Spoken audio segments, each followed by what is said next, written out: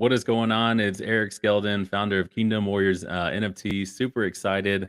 We have an amazing show today. We have a special guest who I got to meet and interview, killing it in the obviously the AI, the tech world. But I met her on LinkedIn. Shout out to LinkedIn. LinkedIn's an amazing connector, and we were just talking during. I think it was in 2020, and got her on my podcast, which at the time was Kingdom Passive Income, and really just been learning over the past few years about doing a digital marketing agency, learning how to get more leads online, get clients online, how to serve your customers as best as possible in the marketing space, and really just whether it's SEO, whether it's blogs or just social media. Like how do we dominate social media online, save our time? And I met people like Kate, who's built amazing solution, has helped Walmart just crush it back in the day during her agency using this solution, and then from there, ended up starting lately .ai, which in the description you can learn more about that.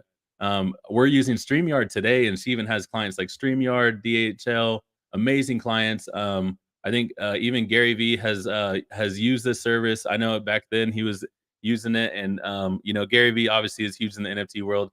So just shout out to Gary. But it's just cool to see how AI, how tech, how basically technology can actually make our lives simpler, because if you have kids, if you're married, our wives don't want us, our kids don't want us to be on social media all the time, blogging, writing articles, doing all this stuff manually, because this stuff obviously takes all of our time. So we can build technology that can solve these problems, which is something that she has done, being able to raise money, as a women tech owner, and be able to do all this stuff that is just really just difficult for anyone.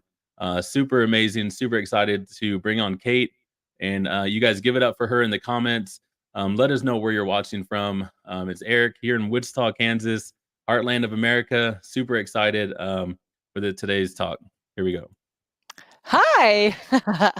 What's going on, Kate? How did I do on the intro? You're amazing, Eric. Boy, you made me sound so good. And it's so lovely to see you. I feel like, it's a special bond that we have because we met in COVID and to see we've survived, right?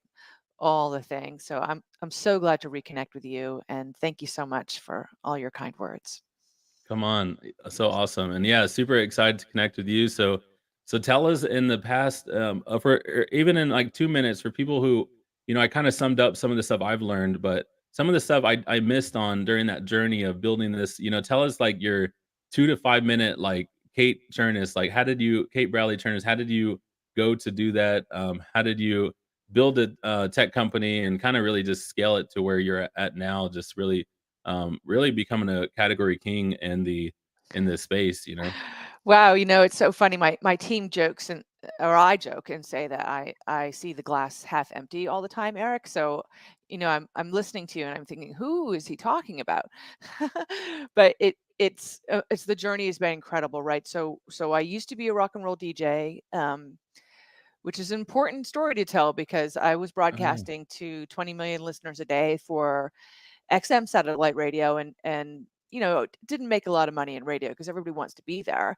And it sounds like a glorious or glamorous gig, but it's really not, to be honest with you. And so I think it's important to tell people that I was a line cook before that. I went to Skidmore College. I didn't go to a big Ivy League or anything like that.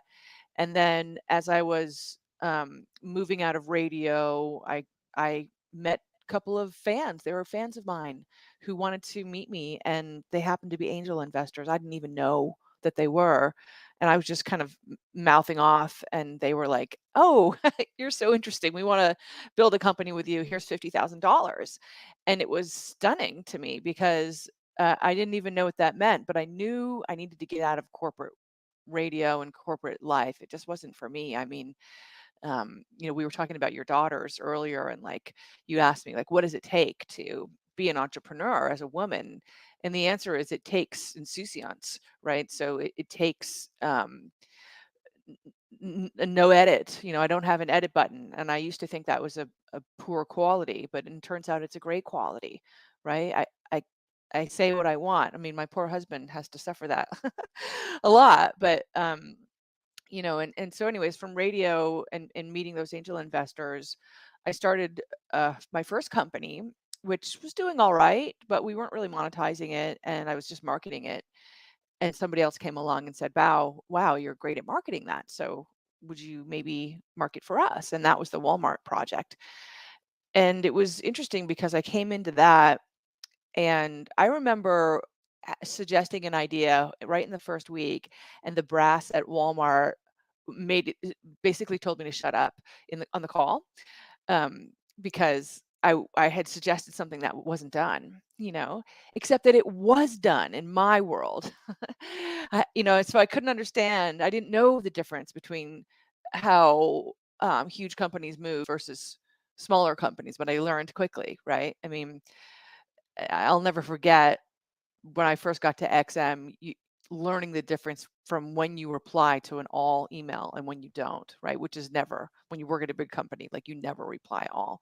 But these are the kinds of lessons that you can only learn by doing it, and hopefully getting embarrassed or feeling like, oh my gosh, and then moving on to the next thing, right? Wow. So tell us about, I call myself like sometimes in my ad copy, like writing emails, I put like Eric Solution Skeldon, or like I call myself a kingdom innovator, or like You're great. like basically like or because I don't know, the more I think about life and the more I think about, just what is possible on earth. And I look up to my dad's from South Africa, which I look up to people like Elon, who's like, yeah, we built and sold PayPal, make $1 billion. Now we're just gonna build a company, we're gonna compete with NASA, or basically like NASA's not doing their thing, so let's just make our you know, our own private, space travel. And like, but the reason these people think like that, which does people look like, how are you gonna monetize space travel? How are you gonna monetize SpaceX? How are you gonna monetize, Tesla, electronic cars? We have a oil, like basically like the way the system is set up, it's like oil over everything. And like basically because Right. we have all these trade agreements, there's all this like obvious, like you said, like the board members, the people who have always done. So how do we get past the people who have always done it this way to say, no, I see a new way. We can build flying cars. We can Yeah. build better education for our children, to teach them about technology and teach them, like for me, like for instance, like they said I had learning disabilities, ADD, Mhm. ADHD, dyslexia. Like so I Mhm. was just thought of as the stupid kid who had to be the class clown. But then I'm I found out I sorry. was really good at certain stuff. I had to focus in and channel my giftings, like Mm. Yeah, I mean, that's the thing, is like, I think you nailed it. So number one, do it anyways. When people tell you not to do it, just keep doing it. do it Um, anyways. and then find your support system. Find the people that do believe in you, because it's lonely. I mean, you're just gonna need those people, and you need people who aren't always gonna tell you that everything's great. You need to have people that are going to be honest with you and let you know when, like, maybe isn't so great of an idea, or you need to change how you think and move it this way. You don't want a bunch of yes people around, obviously. I think Mhm. the most important thing, though, is to listen to your gut, Eric, right? Like, the world can tell you a million things all the time, but if you don't know it inherently, it's not you're not going to get anywhere. And I think a lot of us have that inner thing saying to us, wait a second, I can do this, Mhm. but we don't listen, or it takes a long time. That happened to me, right? I think I might have told you this when we first met, but just so everybody knows, the reason I left radio was, my hands started, I was crippled. I have a partial permanent disability now where I can't type without extreme pain. So I use voice activated software right here. I talk Mhm. to my computer all day long. Now this is in 2005, when no one was talking to computers, and there was still MySpace. So it was Wow. terrifying, right? And I went and found Dragon Naturally Speaking, which actually fuels Siri now, but nobody knew about it then. There were four experts in the whole country. One lived near me and was a fan of my station, and I was able to pay her in CDs because I didn't have any money, you know. And I went, and so the XM's IT team wouldn't let me install the software in a company computer. So now I'm going to buy a laptop, which I can't afford, on a credit card I can't afford to pay. So I'm trying to come up with solutions, right? I want Mhm. to work there. So I'm bringing my laptop to work. I can't put any of the work software on here. I'm hiring an intern to type for me in the meantime, because no, they don't believe me because I look normal, right? And I'm trying everything I can to fit in, until my body just started screaming at me. I had more and more injuries, like they were just piling up, and it was trying to tell me, that gut, right? What we're talking about, that gut was saying, get out of this situation. So that's the most important thing, I think, is to really listen to your own intuition, because it's that sucker's right. It's Yeah. right, you know? And listen to your wife, gentlemen. My wife I have the business degree in, like, military and, like, all this, like, management supposal experience in marketing, but my wife says, "Hey, don't do a deal with that guy. I have a bad feeling." And then I do a deal with him, and then I get his bad deal. Yeah. Yeah, I So, mean, that's your she's your sounding board, right? For yeah. me, I not only do I need a sounding board, but I often need a catalyst. So it's someone else who can come in and look at the pieces in front of me and see them in a new way or rearrange Mm, them, right? And that happened, when I left XM, I'd gone to another music company, and it was my dad. My dad was tired of me, and I understand why, crying all the time and complaining. And so one day he just sort of lovingly shook me by the shoulders and said, "You can't work for other people, and there's no shame in that." Right? wow. So your Yeah. dad actually honored the fact that the entrepreneur route may have been harder, but he knew that it would make you happier. Yeah, he that's right. And he hit on two things. Number one, he showed me that there was another way that I hadn't thought of, which was so obvious because my father owns his own business and my mom owns her own business too. So it was like, I don't know why I didn't think of that. But then also he said there's no shame in that, because what I was feeling was shame because Mm, I couldn't fit in. So I thought it was my fault, and it wasn't my fault, right? That's the other really important thing to acknowledge, is that, like, we are who we are. There's nothing wrong with that. And when you learn to stand up tall and celebrate it, and um, like, and not apologize for it, then all the pieces fit together. wow. That's so good, and so I I really never fit in corporate America. Even my last, like, the past 3 years, let's see, 3 yeah, the past 3 years have been, entrepreneur, whether it was marketing agency, consulting, to now, just like you, we pretty much got this tech company, Kingdom Warriors, where we're commissioning a book. We have a movie producer who's helping us turn this into a screenplay and a film, and then we also, the main thing that our audience loves is the play to earn game. We got an amazing developer who's worked with, like, Marvel, United Nations, Google, and just basically helping us build a play to earn game. And anyways, it's just like this amazing story that is being tied into this play to earn game, where basically our goal is to we're even really getting connected to charity in Africa. So we've already been able to give about $6,000 to Amazing. an orphanage in Uganda through our first NFT launch. And Wow. basically through that, we're starting to open up doors to other nations in Africa and, like, education and Web3. And basically one of our goals is to make it to where 1 million people in Africa, the continent of Africa, will be able to log in and play our Kingdom Warriors game and earn a full-time living just from playing a game that builds character and development, and it's fun, Incredible. and earn a full-time living. So that's, like, our big goal our BHAG that we're going towards. But for someone in the past 3 months, we've done 0 to about 100K in revenue. Excellent. We raised about 50,000 with my Kingdom partner that, is our COO that we're working with full time, just driving the needle, bring adding value to our customers. We're now are basically we're in, like, 60 nations as far as the NFT community who is, like, signed on to our app we developed and in our Discord. So we're like, as we're starting to get obviously some quick traction, what are some things, we even got, like, 3 private investors who are, like, putting money Wow. in for us to scale and grow. We're gonna have to sign up for Late League soon. I got to get with Chris and Katie soon. So you guys get me on a call. We got to get, because we need more blogs, we need more SEO, we need more stuff tying back to, which we're just focusing on content and education, very much Gary Vee style, long form turn Excellent. into short form. We have a full-time short form person turn in TikToks, YouTube, put in the captions. So we Great. have that, but we also need, more blogs and long form, like, articles. So just some of the challenges of, like, where we're at now and what you've seen as far as, like, we're being asked to, like, put some stuff together to even talk to some VCs, to talk to some people who can make like, turn this game into not a smaller game, but turn it into a bigger thing, which is good because obviously the more capital and the more team you have, you can do things faster and quicker. So Yeah. talk about some of the things, your words of wisdom that you've seen through experience for a young company that's growing quick.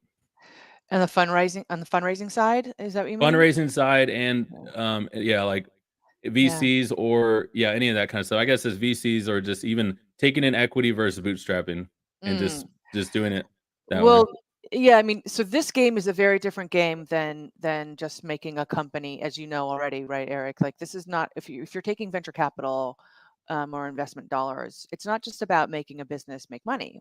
It's about scaling to the unicorn. That's what everybody's dreaming of, right?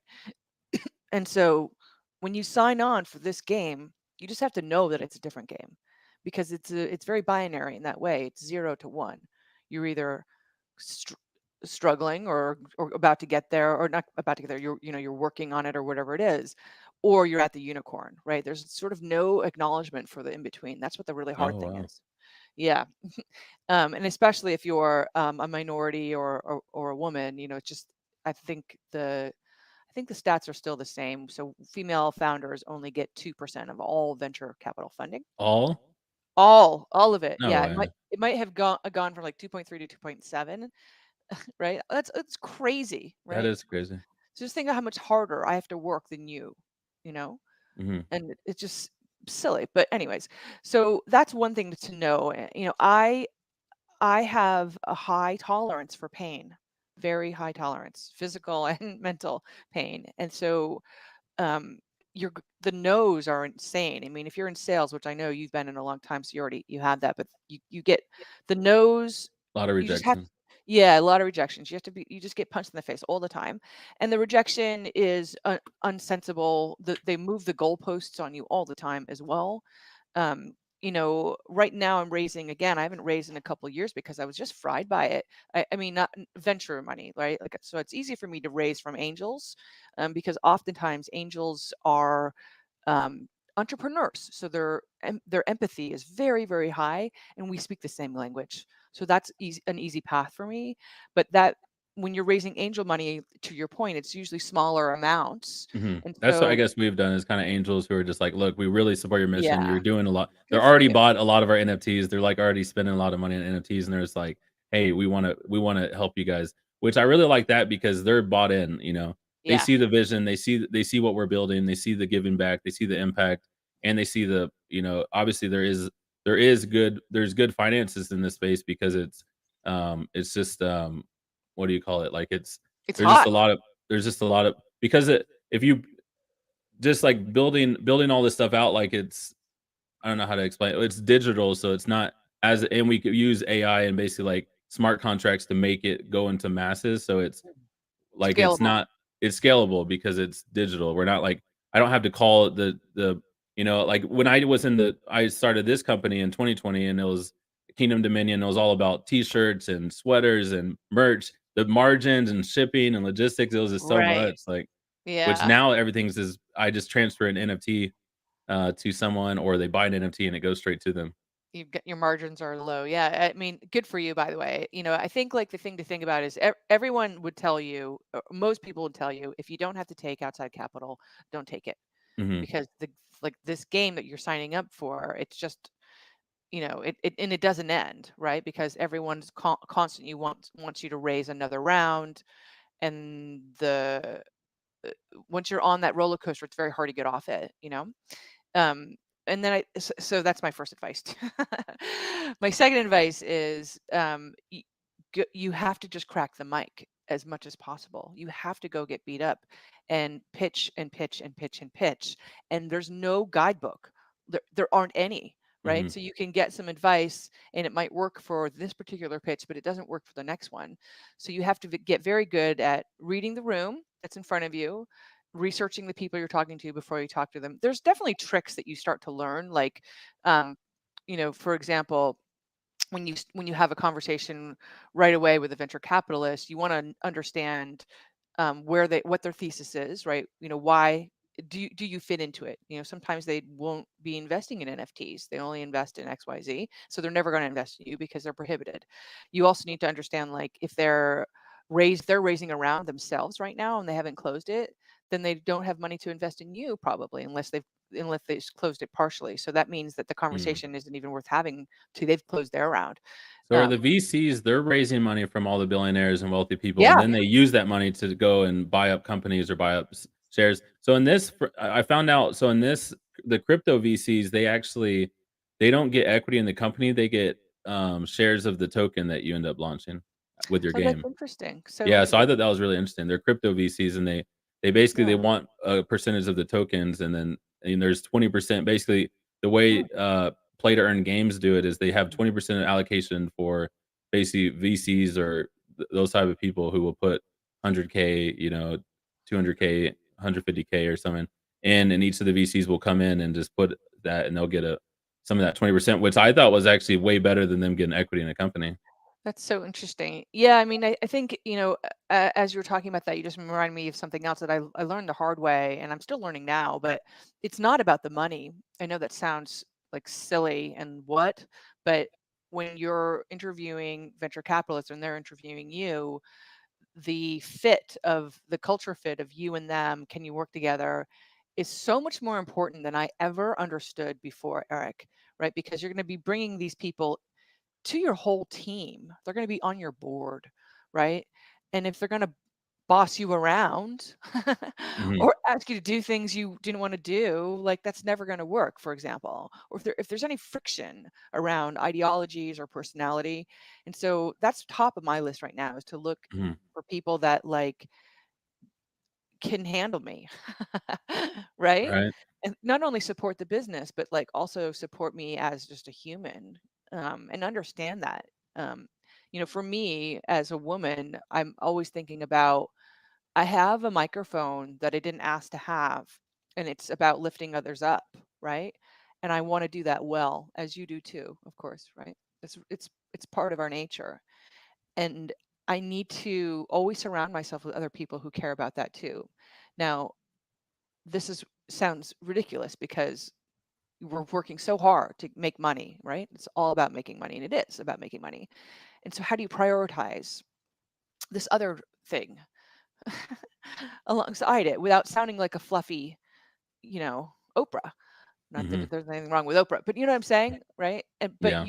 you just start to realize that they go hand in hand, and you will attract the right people and the right advisors if you start prioritizing the relationship, you know, more than the money. So is it possible in your experience, is it possible to add value to so much people that the money just comes? Obviously, you have to have, like, a value ladder, right? Everything of your all your products can't be free, but is it Right. possible to just add so much value to millions of people that and still have a value ladder, high ticket to mid ticket to low, to where if you add value to enough millions of people, then eventually the people will start attracting to your services and products? Yeah, so that's, I mean, absolutely, right? I, and it's hard because there's no one recipe. So Mhm, we're in my world, that's the freemium, right? Can you give something away and then eventually convert it to, a sale?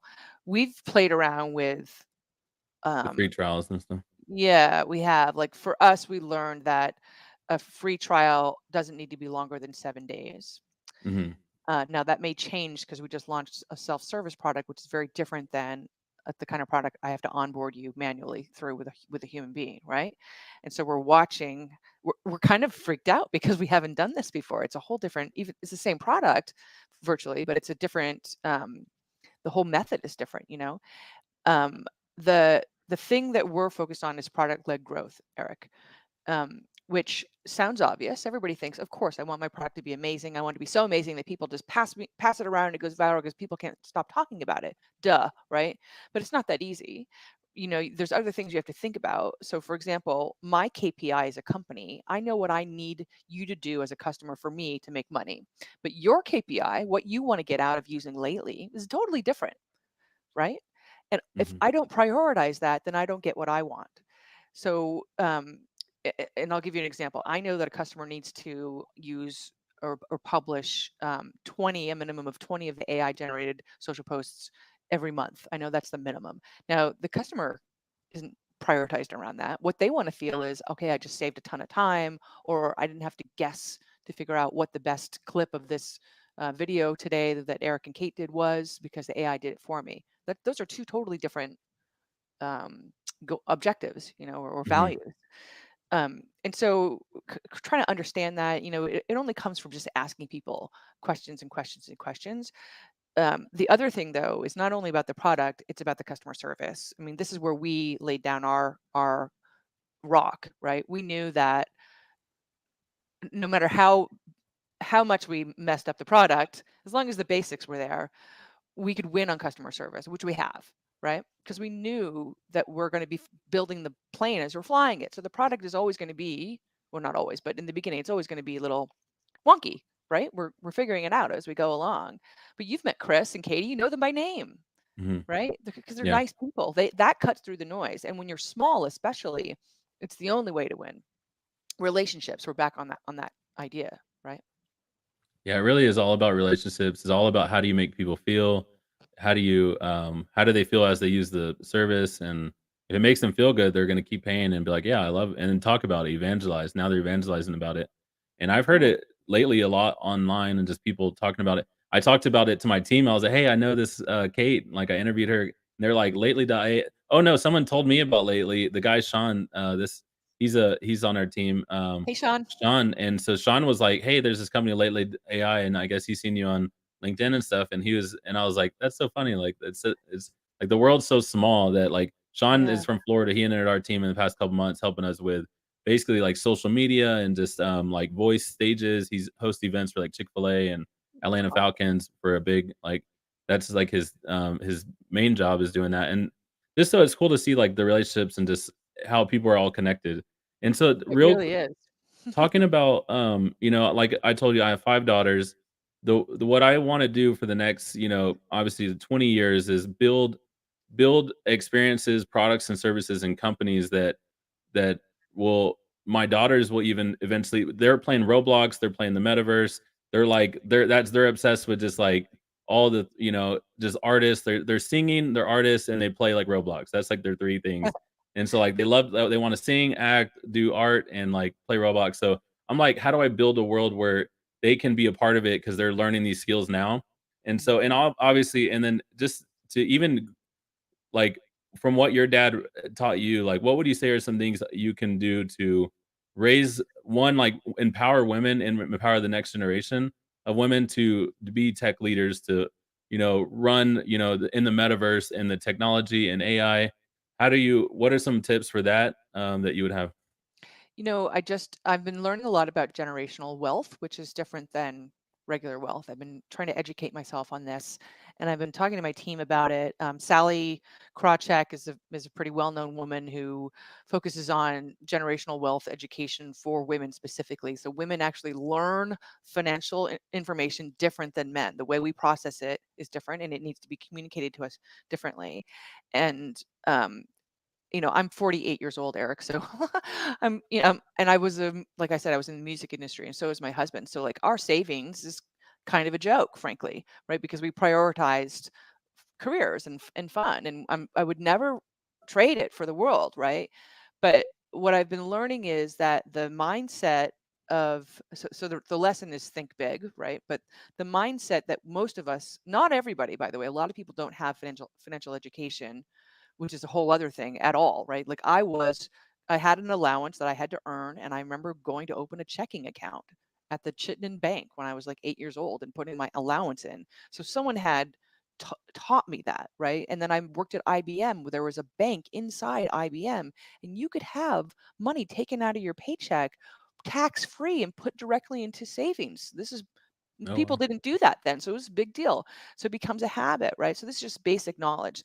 Now, a lot of us who have that knowledge are saving for retirement, and the idea is basically saving just enough so you're comfortable and you can take care of yourself, whatever. But that's different than creating generational wealth, and that's 10xing what you have, right?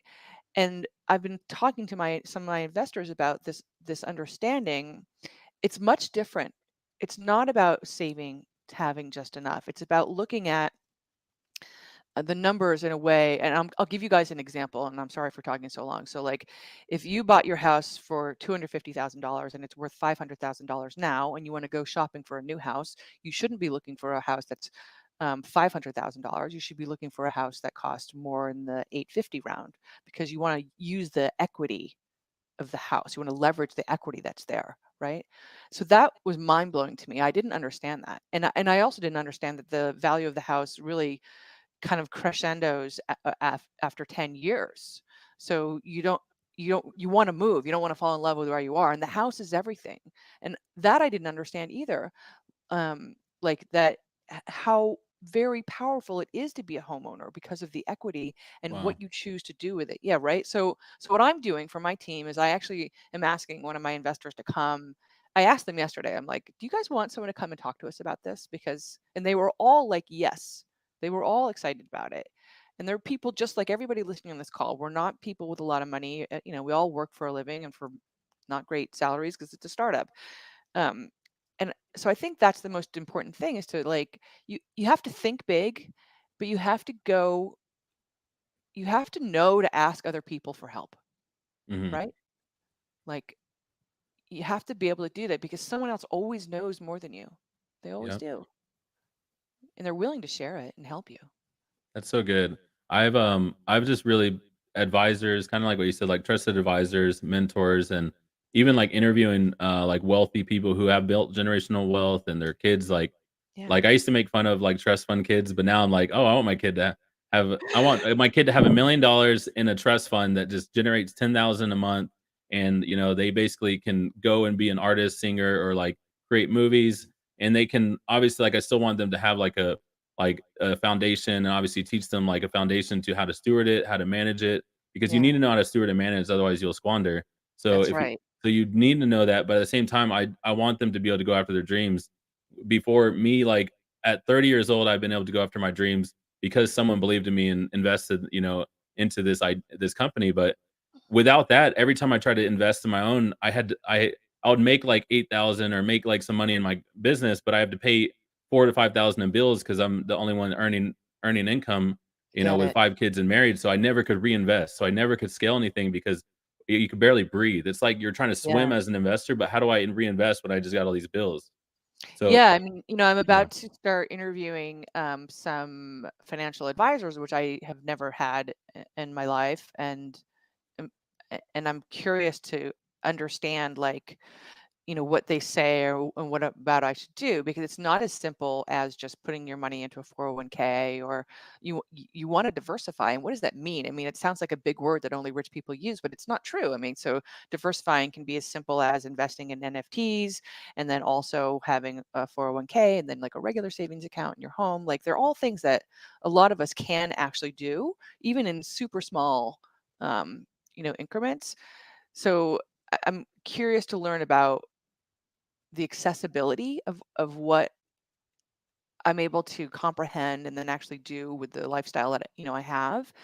And I'm really excited to share this knowledge with, like, I feel like people don't talk about money enough, Eric. You know they what I don't. mean? Yeah, we need to be And more transparent. we got to talk about it, and we have to. I want to provide a place where everyone feels comfortable, asking those questions, and figuring out we all want the same things. We all want more, More.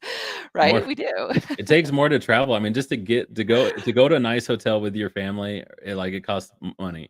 It costs money, and we all deserve that. And it starts with the learning and the education, and people willing to come, not only just to help you, but willing to meet you where you can understand it, right? It's not just spouting off your knowledge, but trying to figure out a way to share it with me in a way that I'll walk away, um, better. So good. So I know we only got like 5 more minutes. You gotta get off to across state or across the I got to land. go put a cortisone shot in my knee today. Yeah, we'll be we're gonna be praying for smooth, quick healing on that one. Thank you. It's a And pain. so oh yeah, the Kingdom Warriors community. We everyone wants to know, does Kate have any NFTs? I don't. I'm my husband is playing around in this world, and I'm not. And it's honestly, Eric, it's because I don't have time, because I'm absorbed with lately, and I feel like I need to learn about it. Um, but I'm embarrassed because it feels like something that people expect me to know about, and I So don't. the next question is, can we make you a Kingdom Warrior is to be your Yeah. first NFT. Yeah, of course. So we have an NFT right now. It's a $222 value NFT. We want you to be, and what's actually really cool, and I didn't think of this. We created this Princess Warrior, which like you represent like this technology Princess Warrior. So I'm gonna share my screen and kind of show you.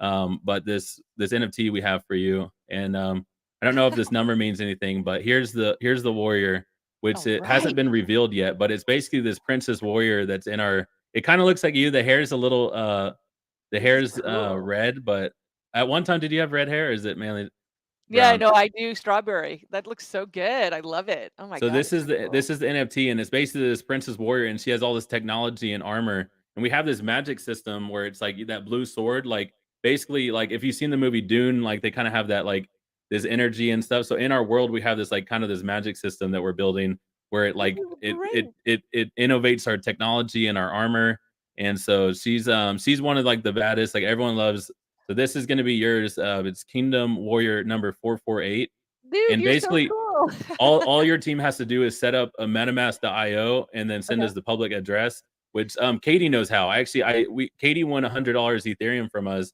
so I helped Katie set up Oh, on really? Twitter. Yeah, so I helped Katie set up her MetaMask, so she'll get you set up, and Okay, then we I'll can ask send her. this to you, and then you're going to be officially a warrior, and then from there we can show you how to onboard. So real Yes. quick, I want to just show everyone just lately a little bit about lately. Go to lately.ai, go get a trial. Go if you're a business owner and you need to take your media like this interview or other interview. Do you see the website? Yeah, I mean, I Okay. can't believe you're doing this. Thank you so much. So you guys, they have clients like DHL, PwC, Google Cloud, Support and Strategy, StreamYard. This will magnify your sales and marketing. It'll get it out there. Basically, it will just take all your stuff, turn it into blogs, turn it into posts, turn it into content. Gary Vee does this, and he has like a million interns doing it, and even he's doing using AI to do it because he's like, why not do both? I have a million interns, but I can also reusing my content. But you guys, this is amazing. Check this out. Let me stop sharing my screen. But I love go this. check out lately.ai. Kate is amazing. Kate, you're gonna have your first NFT.